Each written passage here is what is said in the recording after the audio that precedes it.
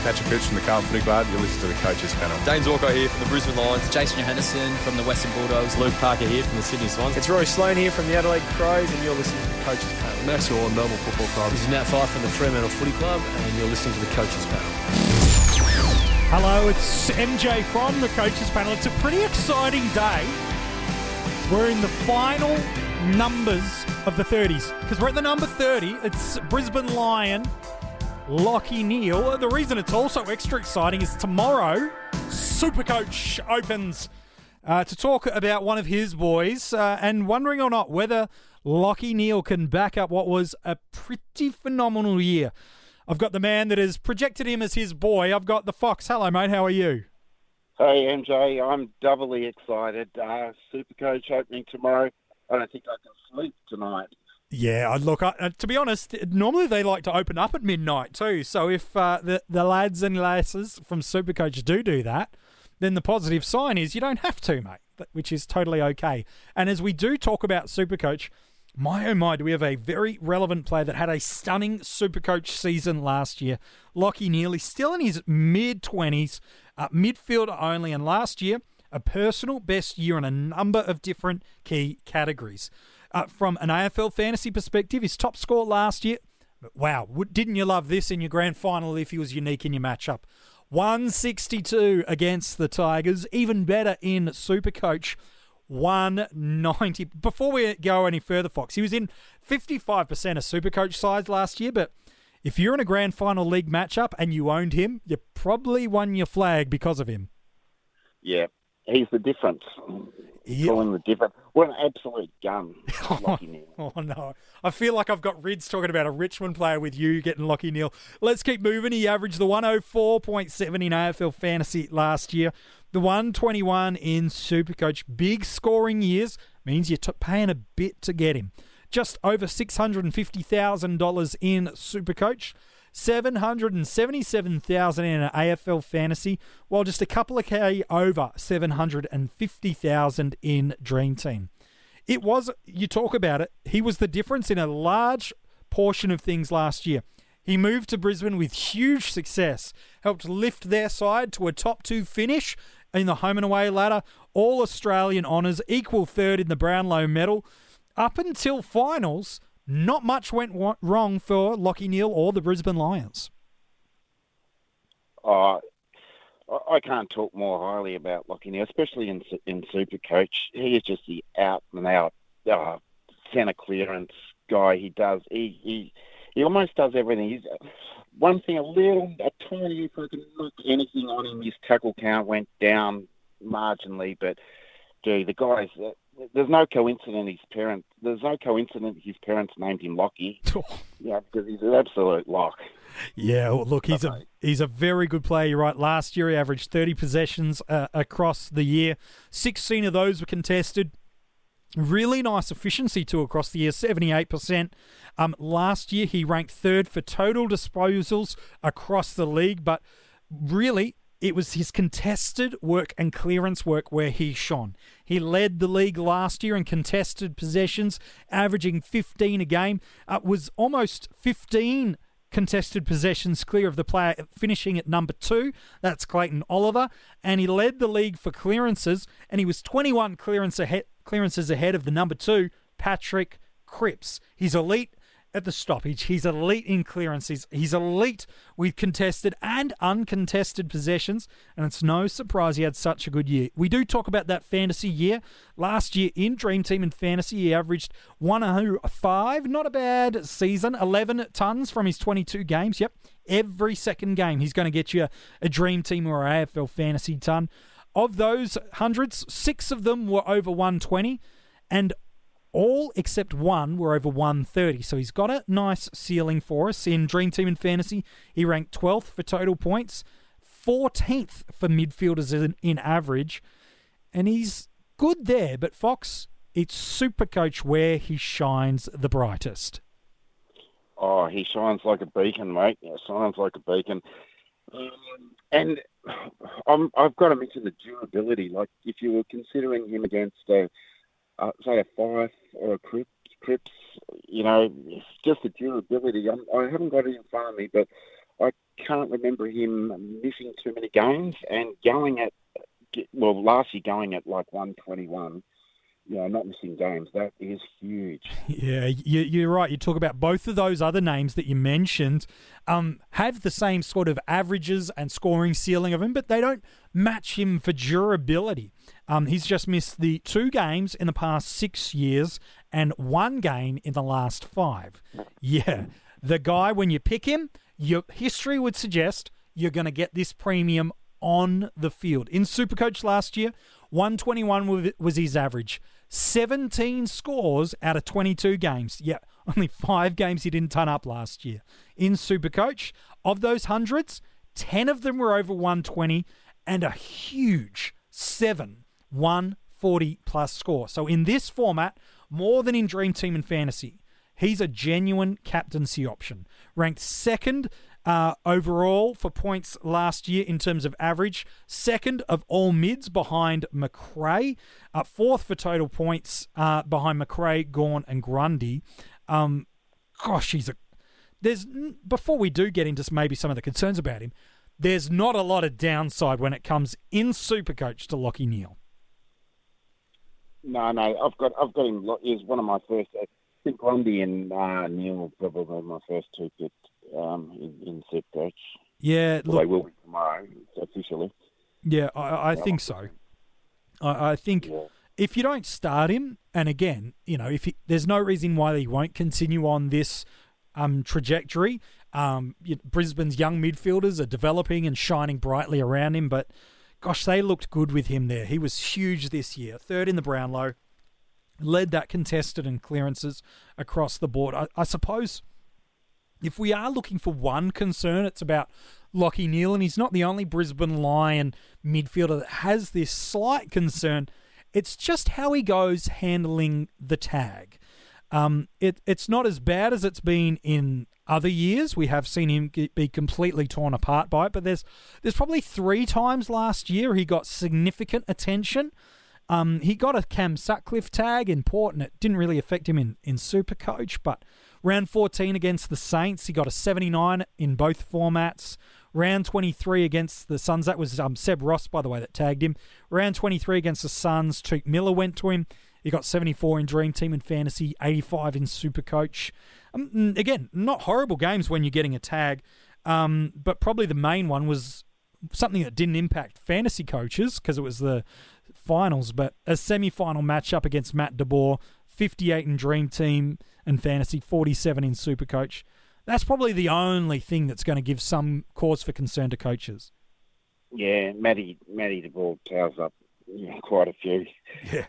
But the good thing is you only face him once. If he faces him at all, he may go to Zorko. Yeah. You don't know. You don't know. You just don't know. But that's around 20 or something. Yeah, round 20 is when Brisbane take on GWS. So that's the only cause for concern through there. Look, if Essendon are choosing to run Dylan Clark through the midfield or as their stopper, they do play them in the final round of the year, and Gold Coast in the second last game, and then West Coast, again, we're talking a long way away. We're talking August. But, in finals, those last 4 weeks do look difficult with GWS, likely DeBoer or potential DeBoer, West Coast Eagles, potential Hutchings, Suns, potential Miller, Essendon, potential Clark. But again, that's a long way we're forecasting away in terms of potential concerns. And we don't know whether they're going to go to Zorko. Zorko's just been influential as well. He's had a great come up with the season too, especially the back half. Yep, no, you're right. My biggest concern would be his 106 in the tackle count of players. And that's a concern for you? Counts come down a touch. Yeah, I'm not as concerned about that. Again, it's quite a marginal drop in terms of top line. He's gone from averaging well into the early to mid 4+ tackles a game, just down to 3.9 tackles a game, whereas he's increased based off what he did at Fremantle, his kicks have gone up about one a game, and that's where his possession will increase. His marks have gone up about one a game. So I think whatever he lost in the pressure acts and the tackles, he seems to have picked up in other parts of his game. Yep, fair call. So I'm not super worried about that. The tagger probably, if anything, is slight cause for concern. For me, he's got a nice buy round too, although in SuperCoach there are some good options through there. Dangerfield being probably the most prominent, Elliot Yeo's another. Well, for Dream Team and Fantasy, it's probably Andrew Gaff. He's relevant everywhere, but I think probably marginally more Dream Team and Fantasy, and also a Zach Merritt. So it's not bustling and brimming with big midfield premiums like other buy rounds are, but he looks like he's a great starting squad option, and to be fair, you wouldn't hate him as an upgrade target either. Yeah, I for SuperCoach, I'd definitely be locking him away early. I think it's just going to hurt you too much. Yeah. Dream Team, AFL Fantasy, probably a station upgrade. Yeah. No, fair enough. And look, speaking of, early on, last season, he really opened up the gates early and went absolutely ballistic. Maybe not round one in AFL Fantasy and Dream Team with a 91, but after round 4, he was averaging 127 in Dream Team and Fantasy and 146 in SuperCoach. So if you get a guy like that who's shown he's capable of big 140-plus scores, or in SuperCoach 170s, 190s, that's a very, very strong start if you can replicate that. And this year, they start against Hawthorn, North Melbourne, Adelaide, Collingwood, and the Western Bulldogs, with really none of those sides having a notable tagger that they used last year. Yeah, it's just an absolute gun.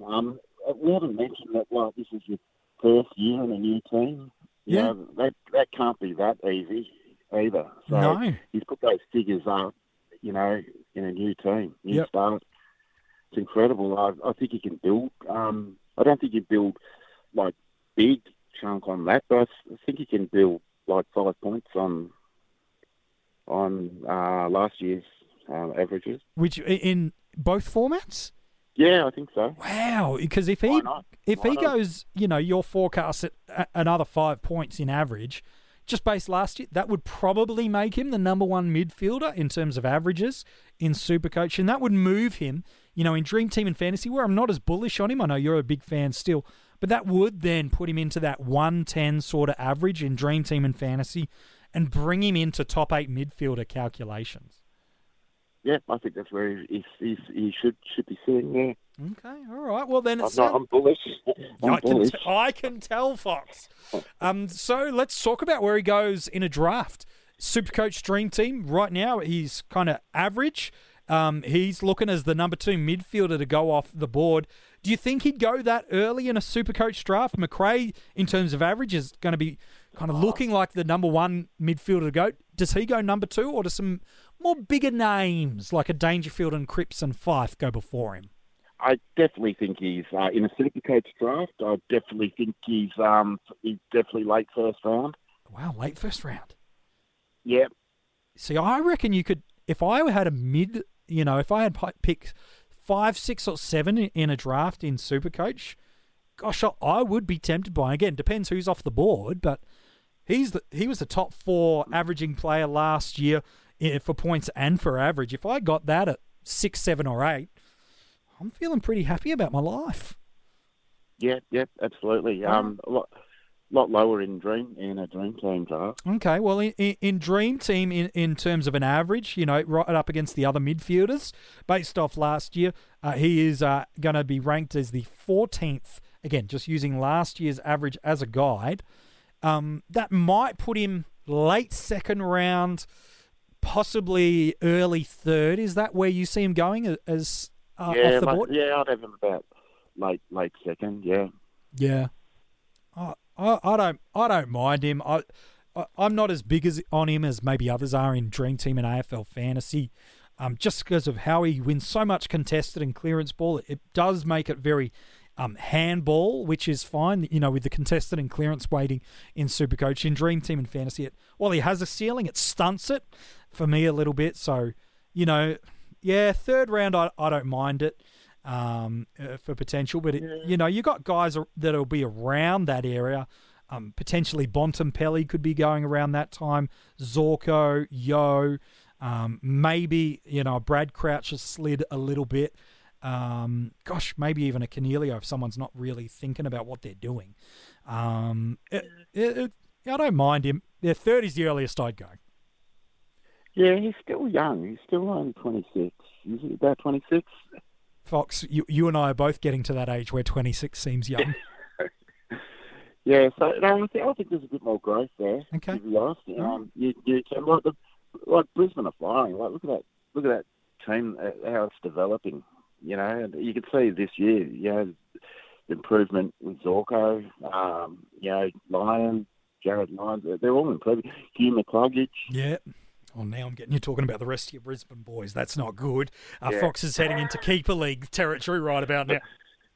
Hey, mate, love your thoughts on Lachie Neale. He's a very relevant player. And if he's at 30 and he's this relevant, who have we got to talk about? There are a ton of them. Hey, Fox, appreciate your thoughts as we talked about Lachie Neale. Thanks, man, Joe. Thanks, guys. Bye. If you want to go and check out the article on Lachie or any of the other 20-odd players we've revealed so far in the 50 most relevant, they are at coachespanel.tv. Our AFL fantasy watch list from the guys at Lane Kicking, they're dropping every few days. You can go and check that out. All the links also for how you can get involved in our Patreon and get exclusive and early access content. Everything really can be found at coachespanel.tv. Tomorrow, SuperCoach opens. The other formats not far behind it, my friend. The fantasy footy preseason is really heating up.